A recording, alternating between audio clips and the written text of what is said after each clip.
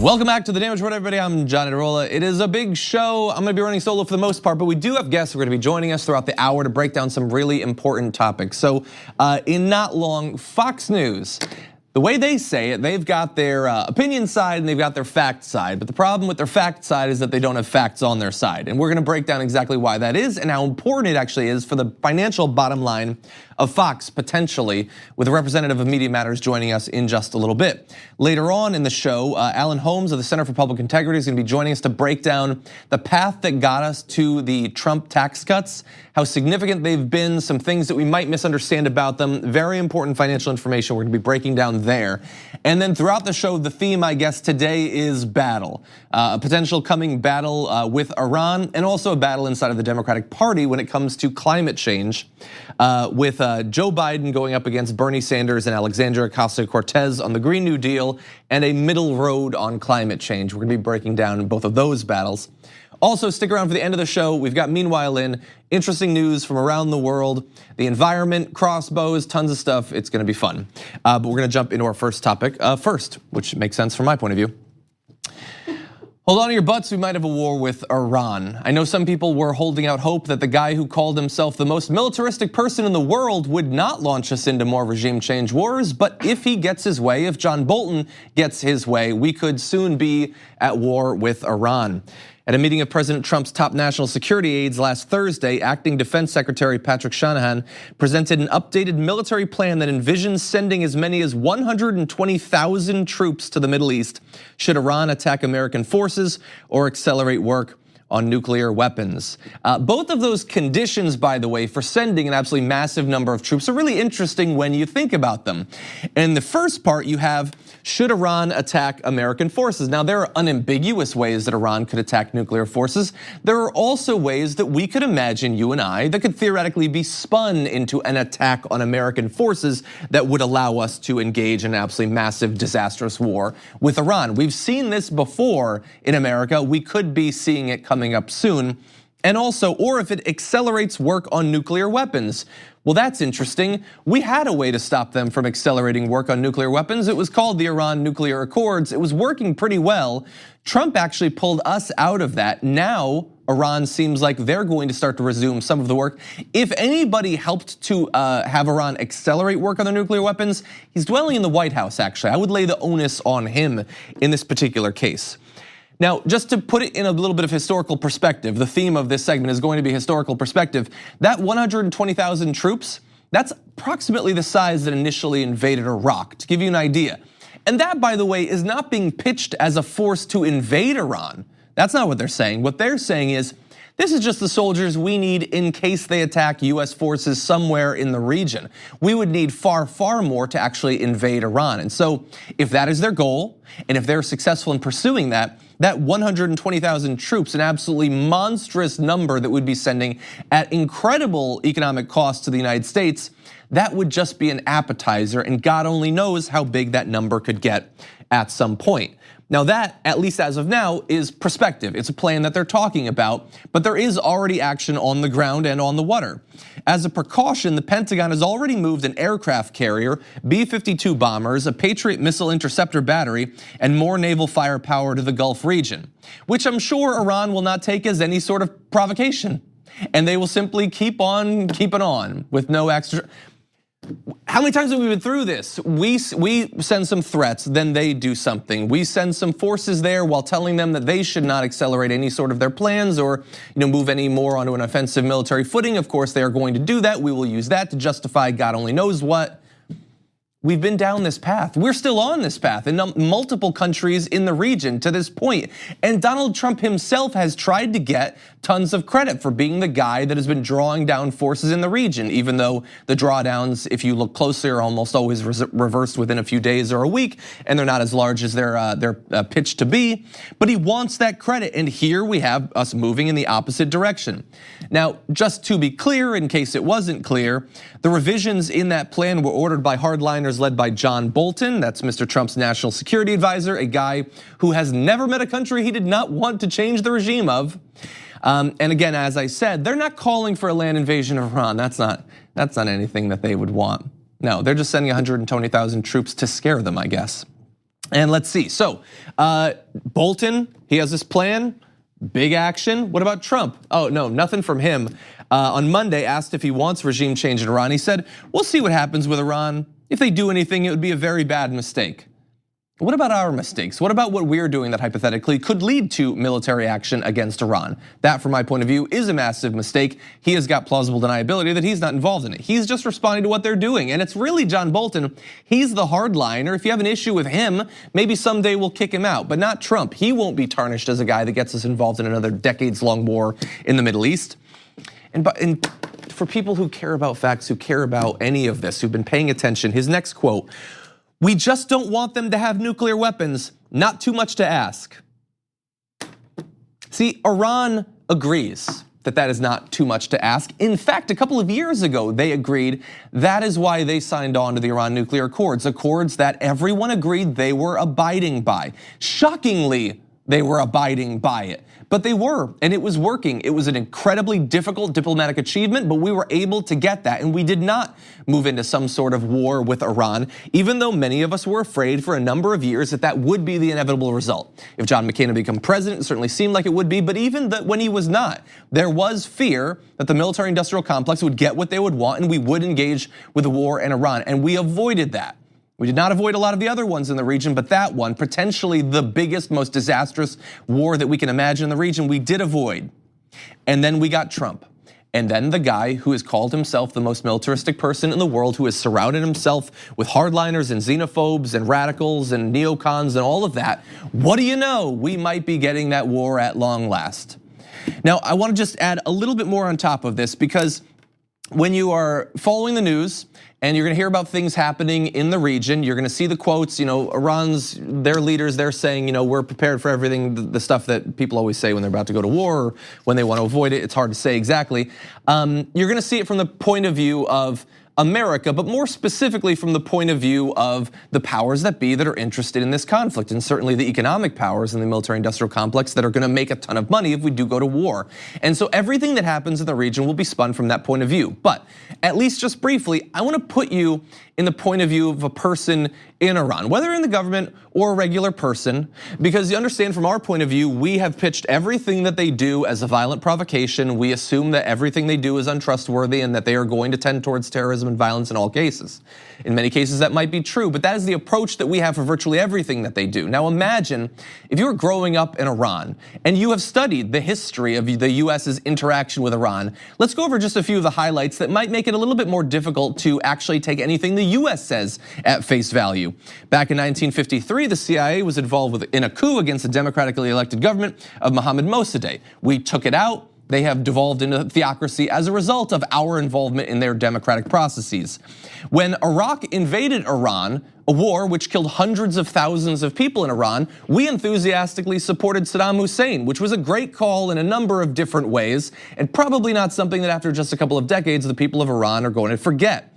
By the way, we also shot down Iran Air 655, killing all 290 passengers and crew on there. It was a mistake, we said, but that didn't bring them back. That was a big one. Now imagine if Iran had shot down a JetBlue flight killing hundreds of people. Would we forget that so soon? I don't think so. And then, just a couple of decades later, we tell them we want an accord with you on stopping the future of your nuclear program. And I know that you've got a half century plus of reasons not to trust us at all, but just trust us here. And we engage in that process, we get the accord, and then a couple of years go by and we violate that accord. We pull out of it, violating our end of that bargain that they had agreed to. Shockingly, again, that they had agreed to it, but they did, and we pulled out of it. And now, what are our demands? I mean, we say we don't want them to have nuclear weapons, but we're certainly not acting like it in the way that we engage with them diplomatically. From my point of view, there should be a couple of very easy asks. First of all, no war with Iran. I think that literally everyone, regardless of where you reside in the political spectrum, should be able to agree on that. It would be a disaster that would kill at the very least hundreds of thousands of people, if not far more. Iran is not Iraq when we invaded it. as a far more capable military force that would be an absolute disaster. And Iraq, of course, was by itself. 2, get rid of John Bolton. He should have no role whatsoever in government. He shouldn't even be appearing on a Bill Maher panel, let alone actually pulling strings at the Pentagon and putting us on the war footing that we're on with Iran right now. And 3, reimplementation of the Iran nuclear accords. Look, if it's necessary to get everyone to sign on, Republicans who are completely disingenuous in the way that they have portrayed the past nuclear accords, then have more rigorous and more constant on-site examinations if that's necessary. It's possible, maybe, if we play our cards right and if we move fast, that we could actually get Iran to sign back onto that. I have my doubts, but it's certainly worth the try if it could lead to hundreds of thousands of people not dying needlessly in a war that so many people in US government seem to be pushing for right now. This is a little bit of depressing news, I apologize. But we could be entering into something that could again lead us to stay for multiple decades in the Middle East when we have an opportunity to actually pull our forces out, to not needlessly be involved in the internal workings of all of those countries. They want to double dip us in there. Now we're going to take a short break. When we come back, we're going to turn to Fox News, their news side. How newsy is it? How devoted to the facts is it? We'll give you the facts after this. We need to talk about a relatively new show called the Republic, or UNFTR. As a Young Turks fan, you already know that the government, the media, and corporations are constantly peddling lies that serve the interests of the rich and powerful. But now there's a podcast dedicated to unraveling those lies, debunking the conventional wisdom. In each episode of the Republic, or UNFTR, the host delves into a different historical episode or topic that's generally misunderstood or purposely obfuscated by the so-called powers that be, featuring in-depth research, razor-sharp commentary, and just the right amount of vulgarity. The UNFTR podcast takes a sledgehammer to what you thought you knew about some of the nation's most sacred historical cows. But don't just take my word for it. The New York Times described UNFTR as consistently compelling and educational, aiming to challenge conventional wisdom and upend the historical narratives that were taught in school. For as the great philosopher Yoda once put it, "You must unlearn what you have learned." And that's true whether you're in Jedi training or you're uprooting and exposing all the propaganda and disinformation you've been fed over the course of your lifetime. So search for UNFTR in your podcast app today and get ready to get informed, angered, and entertained all at the same time.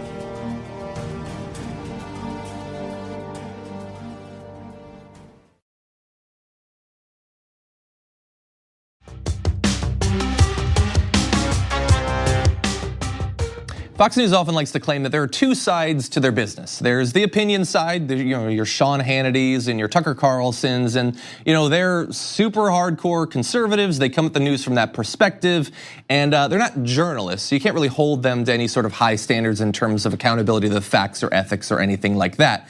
But they also have their news side, and that is as legitimate as the news sides of any other cable news channel. Well, is that actually the truth? Joining us now to break it down is Katie Sullivan, Deputy Director of Rapid Response at Media Matters for America. Katie, welcome to the Damage Report. Thanks for having me. Glad to have you on. So you were involved in a new report, the Fox News Lie, and what did you find in your analysis of the hard news side of Fox News? Yeah, so as you mentioned, Fox likes to tout the hard news side of its operation as a way to counter people calling out the lies, conspiracy theories, propaganda, bigotry that pervade the network. We looked at the first 4 months of 2019, so January 1st to April 30th, and found that every single day, somebody who reports to the news division pushed some misinformation themselves. We looked at this 4-month period not because it was some aberration, just because, let's look at 2019 and see what happened. This isn't an aberration. This is just Fox News's whole model. And, we did limit this just to people who are, anchors, reporters. We didn't even include the opinion people or outside guests who are brought onto these news programs and who lie with impunity and don't get any pushback from the news anchors. So just to be clear, when you're talking about every day on the hard news side, there were lies. You're not talking about they framed something from a conservative point of view or they input their opinion on a topic. You mean verifiable facts that they either misstated either accidentally or intentionally? Yeah, I would say misinformation, not necessarily lies, but a lot of it was just lies, but some of it was, just incorrectly stated things. But that matters when it's the viewer, and we also, I don't think, can necessarily attribute to, mistaken but in good faith. For example, we found that the 4 buckets of most common misinformation in our research were misinformation about the Mueller report, misinformation about the Green New Deal, misinformation about issues related to immigration and the border, and misinformation about proposals to increase taxes on the wealthy. I think it's interesting that it was those 4 buckets in particular, because those are things that are aligned very much with, frankly, the Republican Party. Fox News has for a while been a propaganda wing for the Republican Party, and this really, I think, helps demonstrate that. It's funny, I was gonna ask you if there were patterns in the topics, and those 4 buckets, I think I could have gotten probably 3 out of the 4 if I'd guessed. But I also assume that's probably a significant percentage, if not a majority, of all of what they talk about, or at least what it seems like they talk about over the last few months is hammering home a couple of core topics and returning them.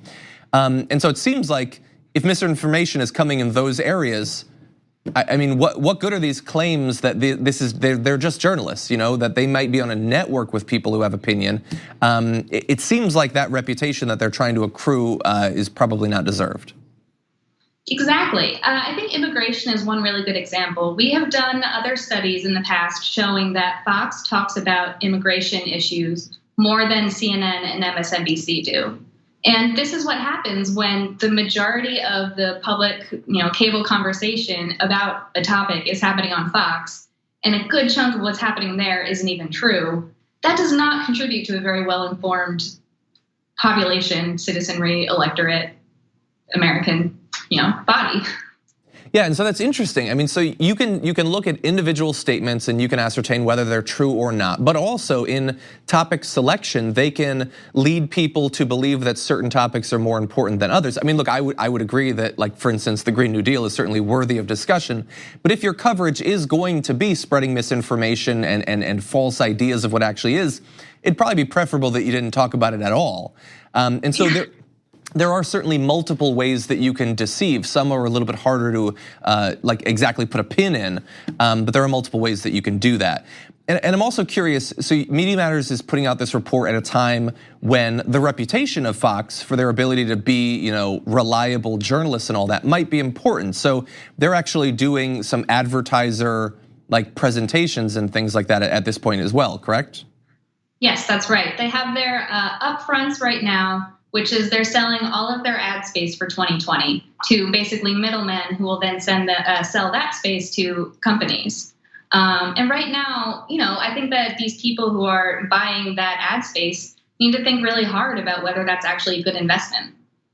Yeah, exactly. And so I am curious. I know that Media Matters has talked a little bit about some of the attempts to get advertisers to flee Fox, and I know that quite a few certainly had, from Tucker Carlson and a few other shows, Jeanine Pirro, I think. Do we have any idea of sort of updated numbers? Is that a trend that actually continued, or did some of those advertisers end up coming back once the public had sort of lost interest in the topic? No, most of those advertisers have stayed away. Oh, wow. Okay, well, that's probably not good news for Fox going into this advertising period. It's going to be very interesting to see if it actually sticks, if this has a sort of durable impact on their ability to generate money. And if that is the case, I think that Media Matters deserves a lot of credit for holding them accountable for what they say on both the opinion and the hard news side. So we do appreciate the work that Media Matters does in this area. Thanks so much. I mean, I don't know if you and your viewers saw this, but earlier today, Elizabeth Warren turned down the opportunity to do a town hall on Fox News because she was saying that she didn't want to direct ad dollars to what she called a hate-for-profit machine. She said a Democratic town hall gives the Fox News sales team a way to tell the potential sponsors it's safe to buy ads on Fox with no risk to their brand or reputation.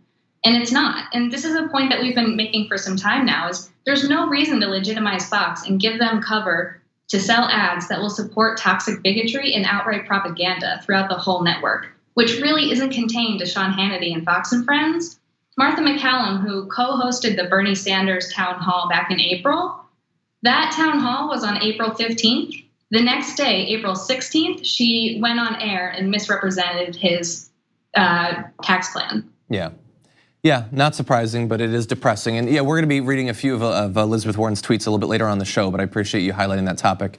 And Katie Sullivan of Media Matters for America, thank you both for the report and for joining us today. Thanks so much for having me. And we're gonna take a short break here. When we come back, Joe Biden on the Green New Deal, Bernie Sanders and AOC, not big fans, I should say, of his plans in that area. And if we have time, we'll also be getting to Elizabeth Warren on Fox News town halls after this.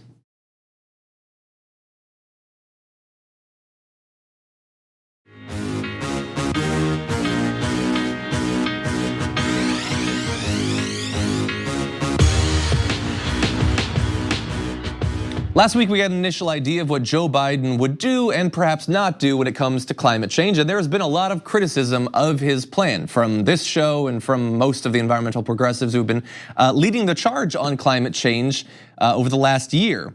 And so just to remind you, if you hadn't seen, according to a Reuters report, Biden is currently drafting climate change policy that, quote, will appeal to both environmentalists and the blue collar voters who elected Donald Trump.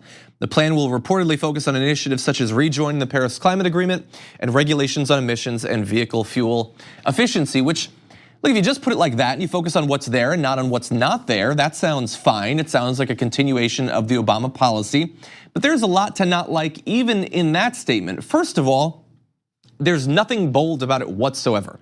It is a return to most, but perhaps not even all of what we had before Donald Trump became president. And also, I would say that it philosophically is a fundamental misunderstanding of the Green New Deal and why that is the plan we need to pursue. And it's the plan that we need to pursue, not only because it is up to the task of actually dealing with the climate breakdown that we're currently facing, but also that is the plan that will appeal to blue collar voters who supported Donald Trump, those who are focused on economic issues, issues of healthcare and all of that. That is why the Green New Deal is a comprehensive plan touching on multiple different aspects of American life and the economy. The idea that the only thing that will appeal to blue collar voters is what, slightly more regulations on methane emissions, like slightly higher miles per gallon requirements of vehicles. First of all, if you pitch it that way, Fox News has always hated those things, and Trump supporters and supporters of Republican presidents in the past have generally been okay with going along with that. I think that the piecemeal approach has been shown to not work in appealing to conservatives, and that you need a fundamental rethinking of not only what we do in regard to climate change, but also how we communicate about the issue and the opportunities inherent in dealing with climate breakdown. That is, I think, a far better way to break through to those voters who have never considered themselves environmental progressives in the past. And so I don't like what I've heard about his plan so far, and I don't like the philosophical approach that he is going into it with. But I do want to allow him to respond a little bit. So he has said, I said that I was in this area, climate change, long before most anybody else was, and I have a record. And they basically said, talking about PolitiFact and doing a check of statements he's made about climate change, Biden's right, he's been a leader on climate change. We're gonna get to how he believes that he has been a leader for a long time in the past in a second, but he says we do need to finish this green revolution in a way that's rational. We can do it, afford it, and get it done now. And he uses the term green revolution because he wants it to sound bold, but does not want to actually sign on to the Green New Deal. So green revolution sounded great before. I like the Green New Deal, though. I think I'm gonna stick with that. And what about the claims that he has been involved in the fight on climate change for a long time? He's not wrong there. So he said, I'm one of the first guys to introduce a climate change bill way back in '87. PolitiFact rated that as true.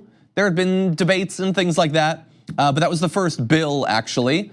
And that's good. Look, I respect that people have been consistent for a long time. If you believe that you've been a leader on a topic, literally going back decades, I think that is worthy of discussion.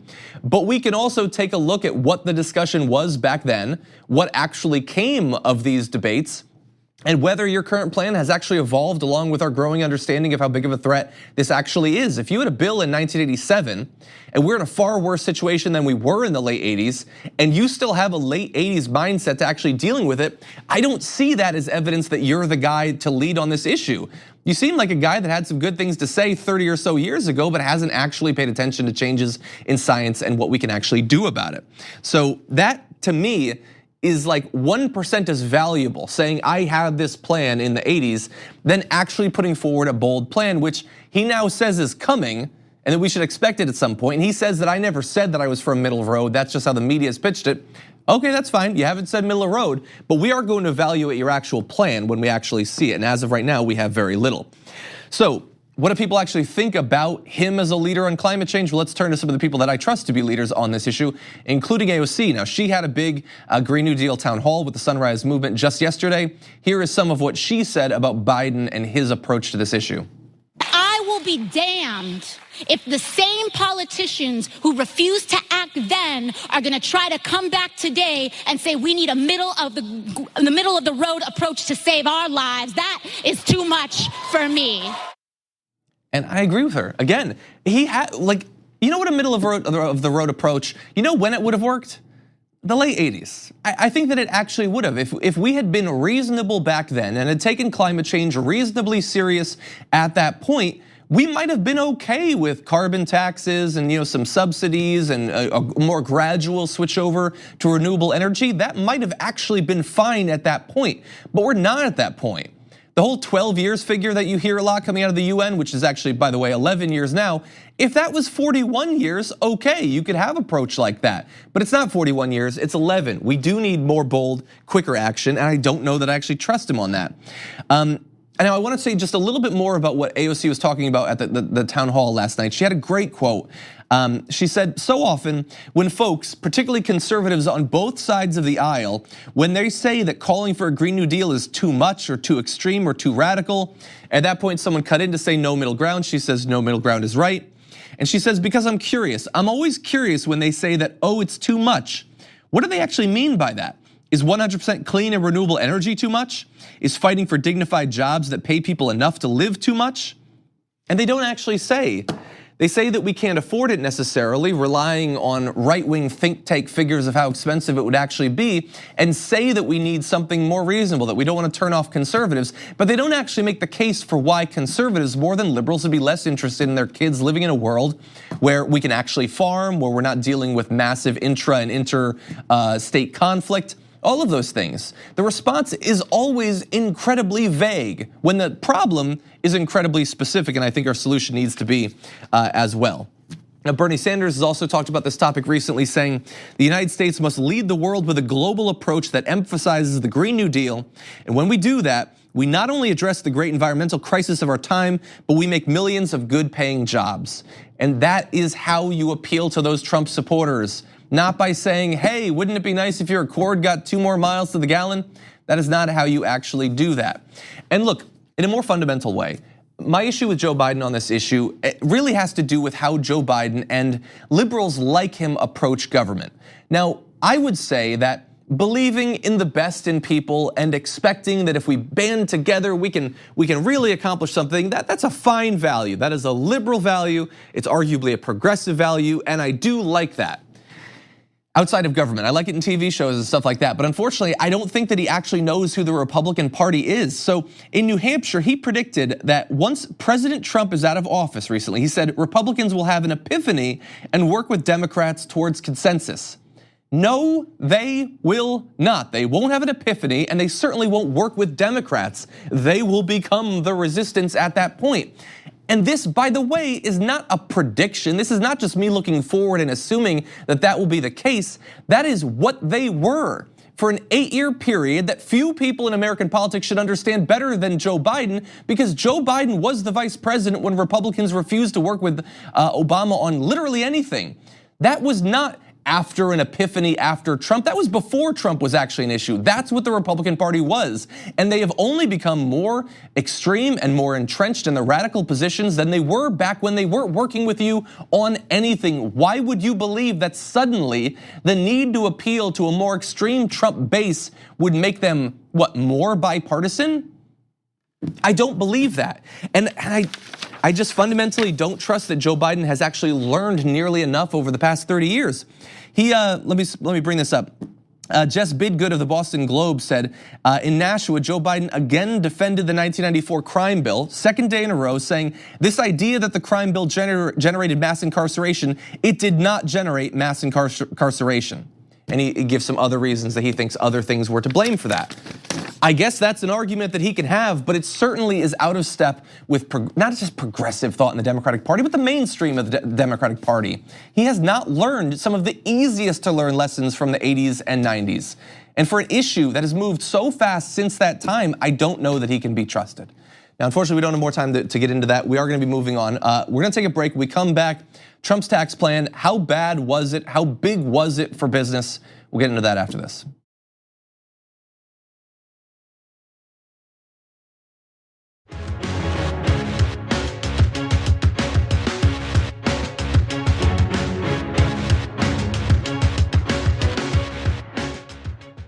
The Trump tax plan was in many ways a Republican dream come true, something that they had been working on in the years since the last time they were able to do a massive tax cut for the wealthy and corporations.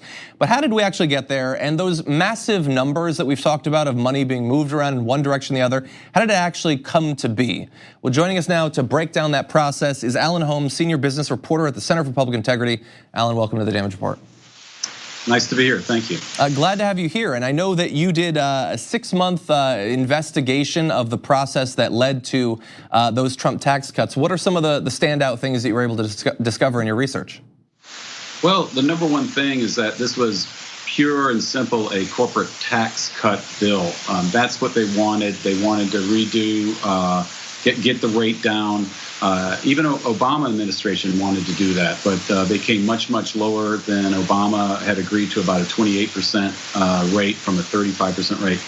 But what really stood out on this is that then after that, everything just flowed through on that. Small business wanted tax cuts, then individual tax cuts, and then they had to find revenue here and there, which then really was targeted at blue states. But really what they really wanted to do is get corporations a major tax cut. And the argument was that this would then flow down to the middle class, but it was done very, very quickly, done basically in 51 days. And there's a lot of problems that are going to have to be fixed. Democrats aren't going to really be willing to want to go in on helping them fix this, especially within controlling the House. And they're going to try to extract a lot of concessions that they want to do, such as, let's say, increasing the earned income tax credit, which would help low income and middle income folks. So let's talk a little bit about the money coming in and going out. So you had Trump initially wanted an even larger tax cut for corporations, right? His was at something like 15%, I think. Yep. That's what he campaigned on, and there was just absolutely no way they were going to be able to pay for that.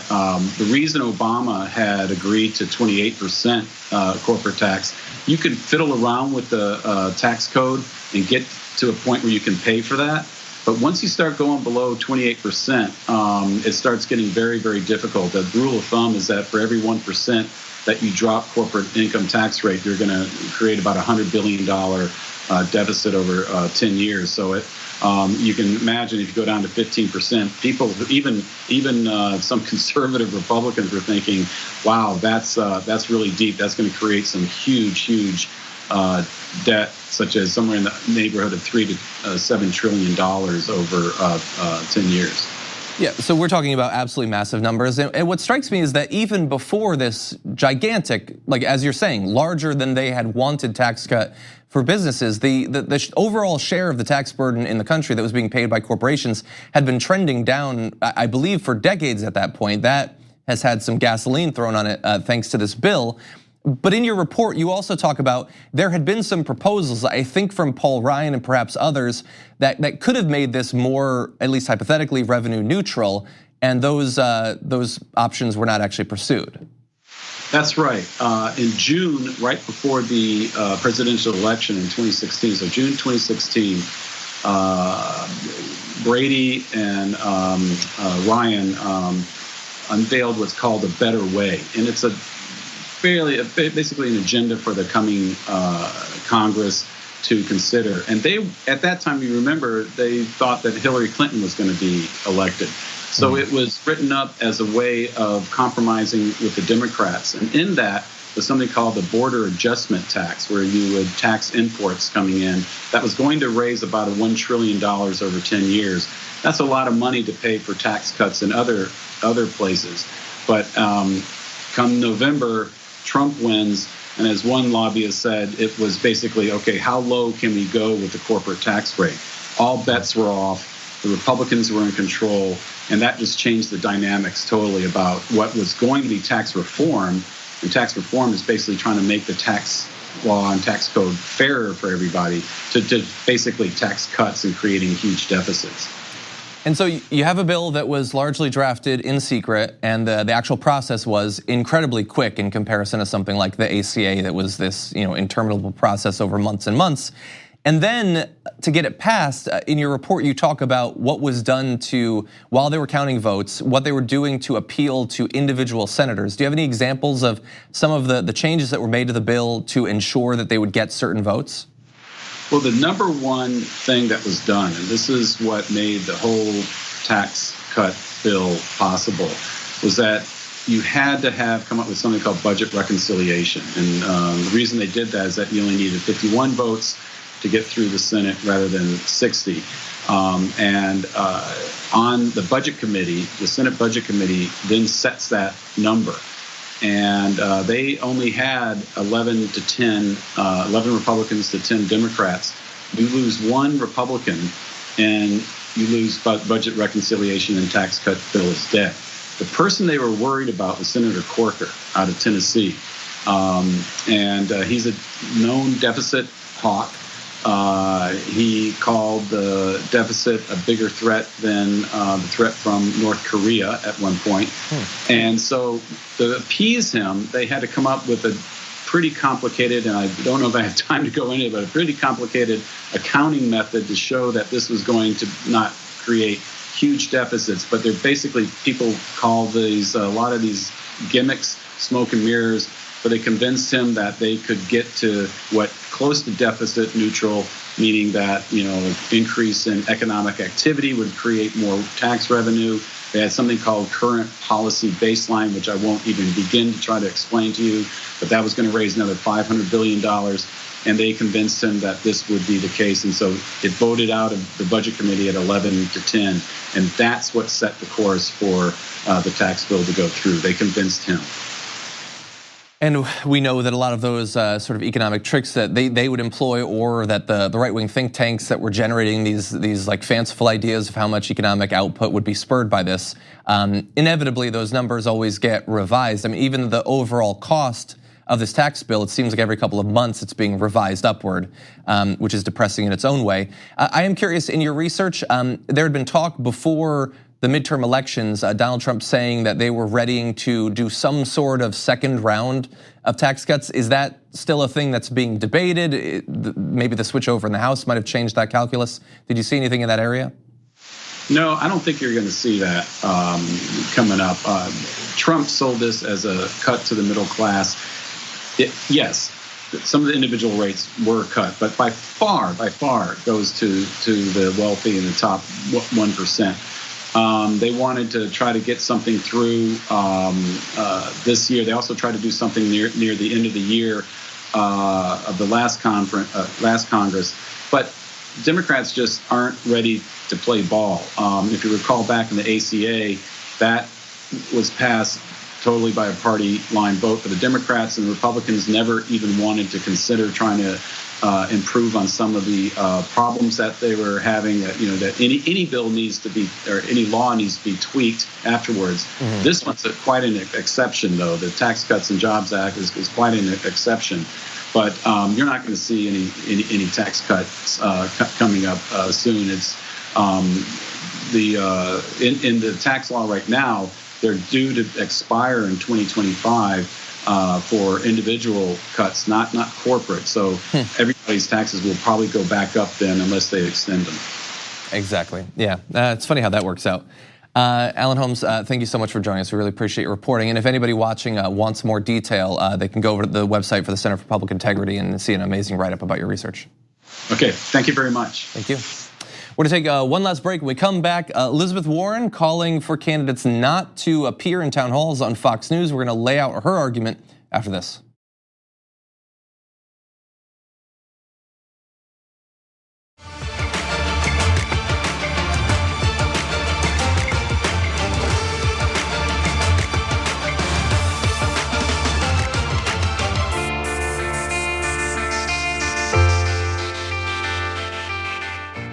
Should Democrats do town halls on Fox News? That is a debate that has been going on for a couple of months now, and not too long ago, actually, Bernie Sanders, a politician that I tolerate at times, he laid out the case for why he feels that he should do that.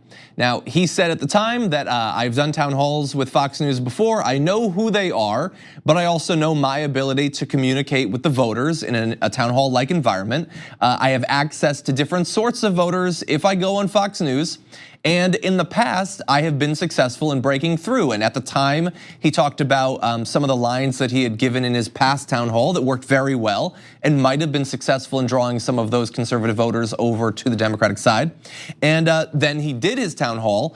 And if you recall, there were those moments where the hosts tried to get him on Medicare for All, and it turned out that they were in a room full of people who were very much interested in Medicare for All. And so he certainly looked like he'd made a good move there. Now Elizabeth Warren is making the case that Democrats, in fact, should not appear on the town hall. And I want to read some of the tweets that she put out laying out this case. Now understand, this comes after she was asked by Fox News to do a town hall. And here is what she said. After saying, by the way, I love town halls. I've done tons of town halls. I'm just not doing it with you. She says Fox News is a hate-for-profit racket that gives a megaphone to racists and conspiracists. It's designed to turn us against each other, risking life and death consequences to provide cover for the corruption that's rotting our government and hollowing out our middle class. That is a tweet right there. And I don't think anything there is inaccurate, but we're gonna go on. Hate for profit works only if there's profit. So Fox News balances a mix of bigotry, racism, and outright lies with enough legit journalism to make the claim to advertisers that it's a reputable news outlet. It's all about dragging in ad money, big ad money. But Fox News is struggling as more and more advertisers pull out of their hate-filled space. A Democratic town hall gives the Fox News sales team a way to tell potential sponsors it's safe to buy ads on Fox. No harm to their brand or reputation. Spoiler, it's not. And then she concludes, here's one place we can fight back. I won't ask millions of Democratic primary voters to tune into an outlet that profits from racism and hate in order to see our candidates, especially when Fox will make even more money adding our valuable audience to their ratings numbers. And that is a pretty convincing argument that she spins there. Now, for a bit of context, on today's episode of The Damage Report, we had a representative of Media Matters on to talk about their analysis of the news side of Fox News and how often they lie uniformly in a direction that misinforms the voters and leads them to be more supportive of Republican causes and politicians on some of the most important issues that are being talked about today, including climate change and immigration, the tax bill, the Mueller report, and all of that. They just coincidentally always lie in a direction that seems to benefit conservatives, and that is their objective journalism side, let alone obviously we talk quite often about Sean Hannity and Tucker Carlson and how often they are lying in a particularly insidious and often racist way. As one example, I didn't get a chance to talk about in the show, but I wanted to. Understand, Fox News is currently trying to appeal to advertisers to get advertising dollars for the next year. And so this week, Tucker Carlson, they're doing big advertisement for his week on homelessness. Doesn't that sound wholesome? Doesn't that sound like good old-fashioned journalism, shedding light on the issue of homelessness, especially amongst the veteran population, which is a gigantic problem? Oh, but then you tune in and it's an heir, a millionaire heir on cable news complaining about how he has to see homeless people. And he only talks about homelessness in blue states as if it's not a problem in states with Republican governors. It's a disgusting way to vilify people who literally don't even have homes and TVs to see them being vilified in. And that's who they are. That is who Fox News is. And we know that they spread conspiracy theories about the caravans and all of that. They're driving religious and racial hatred towards any number of different groups. Elizabeth Warren is not wrong there. And so I'm honestly torn at this point. I get the Bernie Sanders sort of argument that if you go to this place, that is the best way to meet these people and to have them be exposed to your argument. That is true, but at what cost? Like, it might benefit the politician, it might benefit the party, it might have an effect on the election, but it is helping to prop up an organization that is on very shaky ground right now with advertisers, and very justifiably so, because they have been pushing homophobia and lies about any number of different issues and misogyny and racism and all of that. Elizabeth Warren is 100% right about that. And so while at the end of the day, it's obviously going to be up to each individual candidate to decide how they use their time and who they want to focus their message on.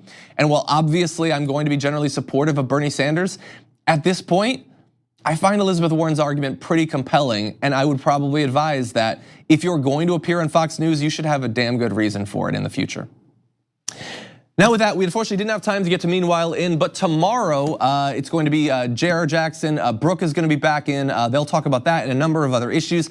I'm actually out for the rest of the week. So you've got 3 days of Brooke and JR. Brett is going to be leading with Francesca, and Anna Kasparian is going to be hosting an episode of The Damage Report to close out the week. Should be a lot of fun. I'll be back after a trip to the East Coast next Monday with much more for you. See you then.